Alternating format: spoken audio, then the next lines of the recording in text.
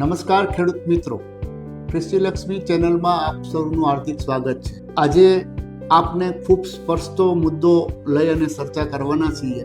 15 વર્ષ પહેલા આપણી પાસે ખૂબ મોટી જમીનો ધારક હતા અને ધીમે ધીમે ભાઈઓ ભાગે જમીનોની વહેંચણી થતી ગઈ અને ખૂબ નાના ખાતેદારો બનતા ગયા.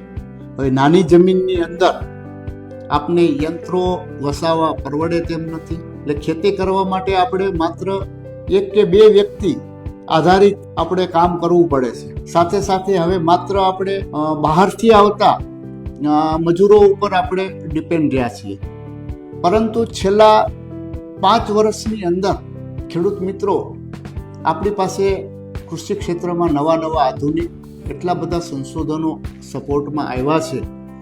પિયત આપવા માટે આપણે વાત કરીએ તો ડ્રીપ ઇરિગેશન સિસ્ટમ આવી ગઈ, સાથે સાથે મિની ટ્રેક્ટરો આવી ગયા, સાથે સાથે પાકના કાપણી માટે હાર્વેસ્ટરો આવી ગયા, દવા છંટકાવ કરવા માટે જે મજૂરની જરૂર પડતી એની જગ્યાએ ડ્રોન આવી ગયા.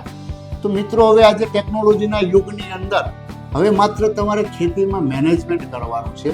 બાકી યંત્રો આપણા સપોર્ટની અંદર દરેક પ્રકારના આવી ગયા છે, જેને કારણે આપણે હવે ખેતીને સરળ બનાવી શકશું. લક્ષ્મીનો સાગર એટલે સાગર લક્ષ્મી.